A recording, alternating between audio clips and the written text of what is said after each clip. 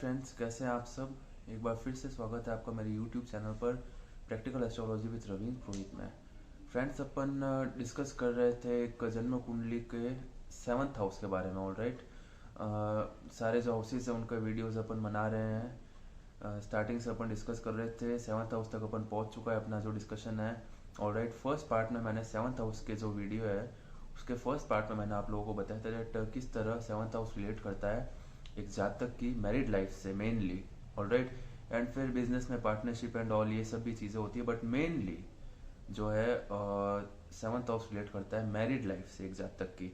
Seventh house का Lord, seventh house को जो ग्रह देख रहे हैं, एंड जो अगर पुरुष जातक की जन्म कुंडली है तो साथ ही साथ शुक्र की क्या स्थिति है। Alright, and seventh house and ये सारी चीज़ें, इसमें शुक्र की जगह आ जाएंगे गुरु यानी कि बृहस्पति। उनकी कुंडली में क्या स्थिति है, कितने वो बली है, ये मैटर करता है स्त्री जातक की कुंडली में मैरिड लाइफ के अगर पॉइंट को डिस्कस करें तो। ऑल राइट, तो बिना कुछ टाइम वेस्ट किए अपन आगे बढ़ेंगे, बट आपसे एक बार फिर से रिक्वेस्ट है दैट प्लीज़ प्लीज़ लाइक कीजिएगा मेरे वीडियो को, जितना हो सके शेयर कीजिए, सब्सक्राइब कीजिए मेरे चैनल को, पास में जो बेल आइकन है उसे दबाना ना भूलें, बिकॉज ऑफ दैट जब भी मैं कोई वीडियो अपलोड करूँगा हाथों हाथ आपके पास नोटिफिकेशन आ जाएगा। ऑल राइट, चलिए स्टार्ट करते हैं। देखिए, सेवन्थ हाउस में मेन चीज़ें ये भी होती है दैट सेवन्थ हाउस एक बहुत ही सेंसिटिव जो है घर है जन्म कुंडली का, या भाव कह दो घर कह दो, एक ही बात है। तो सातवां भाव जो है, सप्तम भाव, जो एक जन्म कुंडली में होता है, ये बहुत ज़्यादा सेंसिटिव क्यों है, आखिर क्या वजह है दैट ये बहुत ज़्यादा सेंसिटिव होता है। बिकॉज देखिए, आजकल जो स्थिति है, आजकल की जो मतलब सिनेरियो है कह सकते हैं अपन, इसमें अगर मैरिड लाइफ किसी जातक की सक्सेसफुल नहीं है, यानी कि अनसक्सेसफुल है, मैरिड लाइफ किसी की सही नहीं है, तो बाकी कोई भी चीज़ आप ले लीजिए, प्रोफेशन, हेल्थ, प्रॉपर्टी, कोई भी भाव आप ले लो, कोई भी तरह की चीज़ दूसरी ले लो आप, सब एक साइड है और एक मैरिड लाइफ एक साइड है। अगर एक चीज़ वो बिगड़ गई तो वो उन बाकी सारी चीज़ों पे अफेक्ट करेगी। ऑलराइट, समझ रहे हैं आप। देखिए, काफ़ी चीज़ें होती है, मतलब just for an example discuss कर सकते हैं दैट मान लीजिए किसी की मैरिड लाइफ में कुछ प्रॉब्लम आ गई, कुछ सुलह नहीं बन सकी, फिर बाद में दोनों जातक और जातिका में बात अलगाव तक पहुंच गई, डाइवोर्स तक बात पहुंच गई, फाइनेंशियली प्रॉब्लम होगी दोनों साइड को, केस वगैरह फाइल होगा तो अगेन पहला फाइनेंस की प्रॉब्लम आई, सेकंड केस, एक दूसरे पे केस, ये वाली प्रॉब्लम आई, उसके बाद मेंटल परेशानी भयंकर। मेंटल परेशानी से क्या होता है, आगे शुगर, बीपी, इन सब की चीज़ें भी हो सकती है, blood pressure and all, stroke वगैरह। ज़्यादा मेंटल प्रेशर अगर झेल नहीं सका कोई, अगेन थर्ड पॉइंट आ गया हेल्थ। राइट, उसके बाद प्रॉपर्टी के हिस्से वगैरह हो जाते हैं ज़्यादा, अगर और बात आगे बढ़ जाती है तो अगेन अफेक्ट क्या हुआ, फोर्थ हाउस। तो ये सारे देखिए आप, हेल्थ लगन first house, property fourth house, case वगैरह sixth house, finance second house, overall जो पैसा है, सारे हाउस, इतने सारे हाउस इफेक्ट हो गए एक सेवन्थ हाउस के बिगड़ जाने से। ऑल राइट, अच्छा, प्रोफेशन का हाउस जो कि टेंथ हाउस होता है, वो अपन टेंथ हाउस के वीडियो में डिस्कस करेंगे। प्रोफेशन भी इफेक्ट होगा, आदमी काम पे ध्यान नहीं दे पाएगा अपने, भले ही वो उसका बिजनेस हो या जॉब हो, हर तरह से इफेक्ट होगा। ऑल राइट, अगर ये सेवन्थ हाउस जो है ये गड़बड़ हो गया तो किसी जातक की जन्म कुंडली में, तो इसीलिए समझ सकते हैं अपन कि सेवन्थ हाउस जो है सबसे ज़्यादा, कह सकते हैं मतलब सबसे ज़्यादा तो क्या, बहुत ज़्यादा इम्पोर्टेंट एंड एक सेंसिटिव भाव है सेवन्थ हाउस, क्योंकि इसका जो लॉर्ड है उसकी क्या स्थिति है, सेवन्थ हाउस की खुद की क्या स्थिति है, कौन कौन से ग्रह सेवन्थ हाउस में बैठे हैं, कौन कौन से ग्रह सेवन्थ हाउस को देख रहे हैं। ऑलरेडी सारी चीज़ें बहुत ही मतलब ये डिपेंड करती है कि सेवन्थ हाउस की क्या स्थिति है। तो एक एग्जाम्पल के हिसाब से हमारे पास जो जन्म कुंडलियाँ हैं उसमें से एक आज मैंने सेवन्थ हाउस के डिस्कशन के लिए सिलेक्ट करी। एग्जाम्पल के हिसाब से आज डिस्कस करेंगे एक जन्म कुंडली को। ऑलरेडी नाम हम लोग आउट करते नहीं है किसी का भी, हमारे क्लाइंट का या हमारे जितने भी परिचित हैं उनके जन्म कुंडलियों का हम नाम कभी आउट नहीं करते हैं। ऑलराइट, तो just for an example discuss करेंगे। वृष लगन की देखिए यहाँ पे जन्म कुंडली है, ऑलराइट। वृष लगन की जन्म कुंडली है। बिना कुछ डिस्कस टाइम वेस्ट किए सीधा अपन आएंगे सेवंथ हाउस पे। 1 2 3 4 5 6 7 सेवंथ हाउस पे अपन आएंगे, ऑलराइट। सेवंथ हाउस में आप देख सकते हैं राहु विराजमान है। Rahu again, Rahu Rahu seventh house में विराजमान है। सेवंथ हाउस में राहु किसी का सगा नहीं होता है, ऑलराइट, किसी का भी।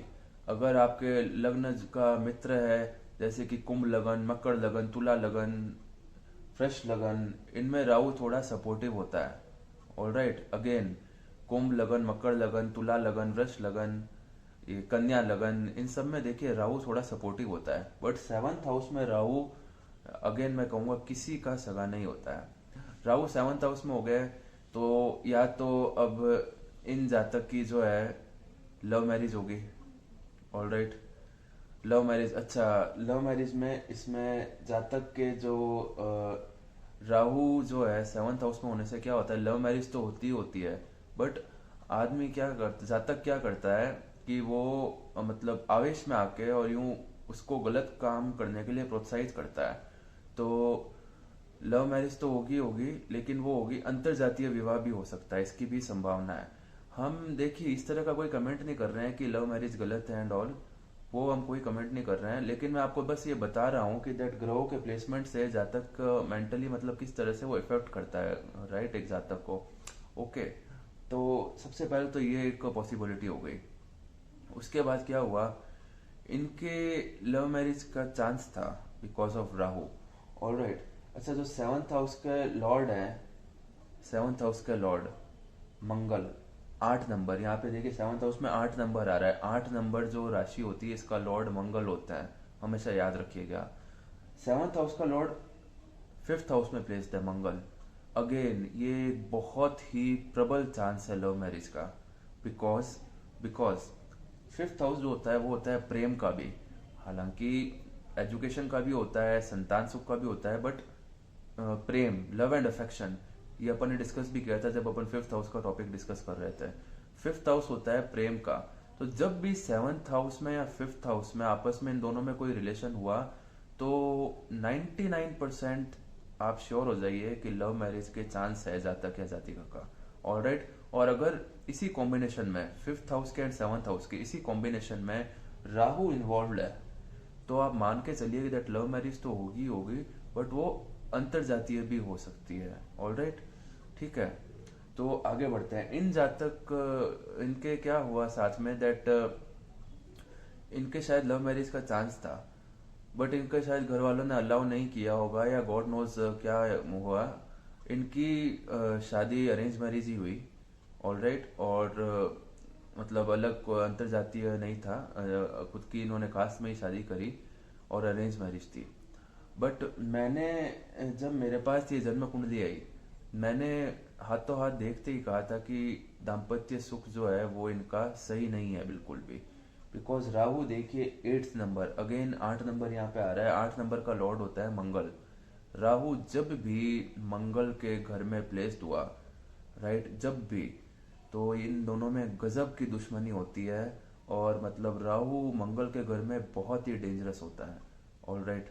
तो मैंने 100% उनको कह दिया था कि ये प्रॉब्लम हो सकती है, ये मतलब जहाँ कहीं भी इस जातक की जो है वो विवाह होगा वो सक्सेसफुल नहीं होने के चांस है, ऑलराइट। तो हुआ ये दैट इनकी शादी के बाद ही इनका मतलब यूं प्रॉब्लम होने थोड़े स्टार्ट हो गए थे। काफ़ी इनके मतलब प्रॉब्लम रहते थे, मतलब आपस में जातक जातिका के बनती नहीं थी आपस में इनका, और घर में भी आपस में इनका मतलब सही नहीं था किसी से भी behaviour and all. Then after हुआ क्या, इनके चंद्रमा की महादशा चल रही थी, ऑलराइट। चंद्रमा 12th हाउस में चंद्रमा प्लेस है। 12th हाउस में चंद्रमा सही माने नहीं जाएंगे बिकॉज ये त्रिक भाव है, राइट। 6th 8th 12th ये त्रिक भाव होते हैं, ये सही नहीं होते। कोई भी ग्रह इसमें प्लेस होता है तो ऑलरेडी उसका थोड़ा इफेक्ट तो कम हो ही जाता है, ऑलराइट, थोड़ा सा वो पहले से ही वीक हो जाता है। इसके बाद वृष लगन की कुंडली है। वृष लगन की कुंडली में चंद्रमा जो होता है वो 3rd हाउस का लॉर्ड होता है। अगेन ये नेगेटिव हो गया। तो दशा तो इनकी पहले से ही अनफेवरेबल चली रही थी चंद्रमा की। अब चंद्रमा की महादशा में इनके राहु की अंतर्दशा आ रही थी। ऑलराइट, अगेन मैंने उस टाइम इन लोगों को आगाह किया था, इनके घर वालों को, इनके ससुराल वालों को, दैट इस दशा में किसी तरह की प्रॉब्लम हो सकती है, मतलब काफी ज्यादा चांस है। ऑलराइट, तो वो टाइम भी आया और वो प्रॉब्लम भी हो गई। राइट, इनके कुछ डिस्प्यूट भी बढ़ गया था उस टाइम। तो देखिए, ये चंद्रमा एंड राहु, इनका आपस में जबरदस्त बैर होता है। भाई, राहु के सबसे पक्के दुश्मन कौन हुए? मंगल, सूर्य एंड चंद्रमा। इनके साथ जब भी राहु का कोई कॉम्बिनेशन होगा तो वो बिल्कुल सही नहीं माना जाएगा। अब यहाँ पे चंद्रमा की महादशा में राहु की अंतर्दशा आई, तो ये कॉम्बिनेशन गलत हुआ। इसके बाद राहु जो है वो 7th हाउस में ऑलरेडी गलत होता ही है। उसके बाद मंगल के घर में 8 नंबर में राहु जो है वो विराजमान है, ये भी नेगेटिव हुआ। अब शनि के ऊपर ध्यान दीजिएगा। शनि ग्रह जो है ये प्लेस द 10th हाउस में। ऑलराइट, शनि की जो दृष्टि होती है वो होती है 3rd, 7th and 10th। Shani जहां पे भी विराजमान होगा वहां से अपने 10th हाउस को देखेंगे। राइट, तो 1 2 3 4 5 6 7 8 9 10th, अगेन 1 2 3 4 5 6 7 8 9 10, शनि की 10वीं दृष्टि।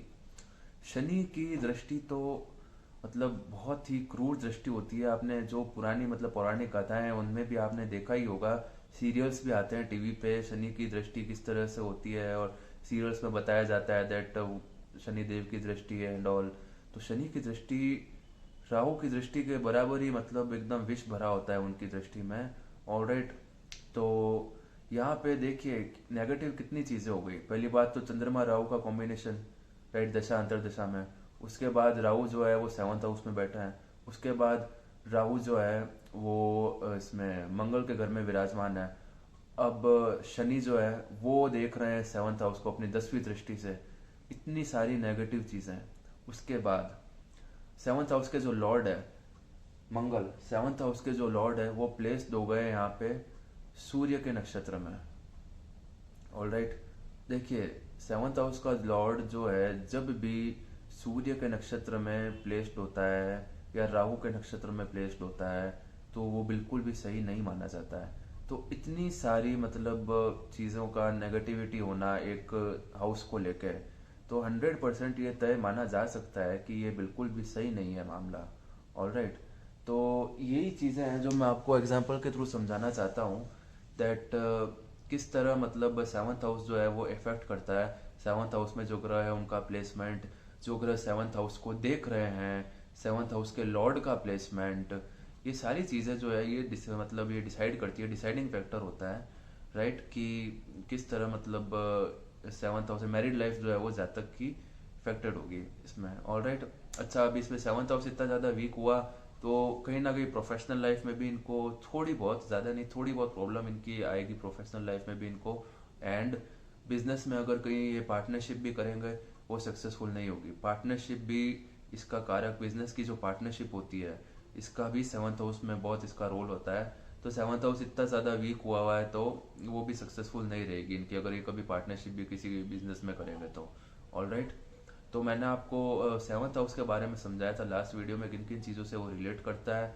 ऑलराइट, अच्छा, अब मैंने आपको इस वीडियो में एग्जांपल के थ्रू ये समझाया दैट किस तरह 7th हाउस जो है उसमें राहु का जो प्लेसमेंट है, ऑलराइट, राहु का प्लेसमेंट जो है किस तरह उसने अफेक्ट किया। ठीक है, हालांकि शुक्र ग्रह जो है वो यहाँ पे 1st हाउस का लॉर्ड है। फ्रेश लगन का जो है ये लगन यहाँ पे जन्म कुंडली बन रही है, शुक्र ग्रह जो है वो यहाँ पे पॉजिटिव है। तो और गुरु जो है बृहस्पति वो यहाँ पे नेगेटिव है। राइट, 8th हाउस के लॉर्ड हो गए। तो ये मैं आपको बता देता हूँ कि ये एक स्त्री जातक की जन्म कुंडली है। ऑलराइट, तो इसमें 7th हाउस की सारी चीजें अपन ने नोटिस करी। अब अपन नोटिस करेंगे गुरु की जो है पोजीशन। गुरु यहाँ पे कन्या राशि में विराजमान है। देखिए, कन्या राशि में गुरु का प्लेसमेंट इतना सही नहीं होता है क्योंकि गुरु की शत्रु राशि है। ऑलराइट, तो गुरु भी इनको मतलब वैवाहिक जीवन जो है इनका उसमें इनकी हेल्प ज्यादा कर नहीं पाएंगे। ठीक है, तो ये सारी चीजें, इतनी ज्यादा नेगेटिविटी मतलब एक हाउस को लेके, किस तरह मतलब इतनी सारी चीज़ें डिसाइडिंग मतलब फैक्टर रहती है।